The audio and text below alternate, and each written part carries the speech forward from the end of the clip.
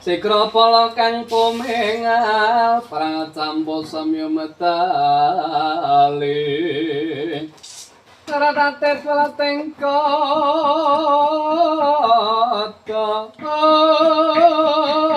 kanyilan kong mangundonete benjang sangat cimicil ati mendalewos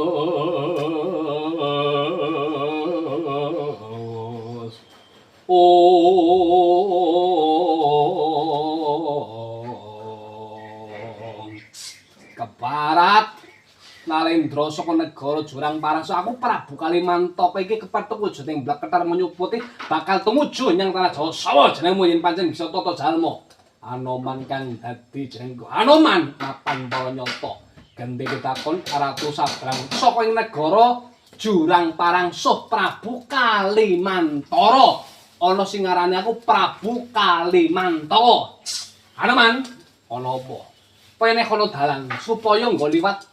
lakuku sak wadyabala nyang negara Ngamarta mrigine nyang Pedukuhan Karang Gemenggeng nek wis tekan Karang Gemenggeng ora ana lara telu goleki sing jeneng pawongan Kyai Semar Badranaya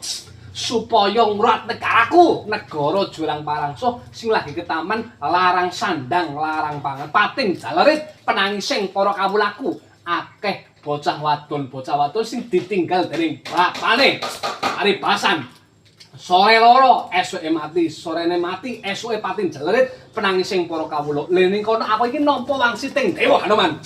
bisa dadi negara kang subur makmur tata titi tentrem sarate kudu diruat ngojari dalange dalang Kyai Semar Badranaya mulane weneh ana dalan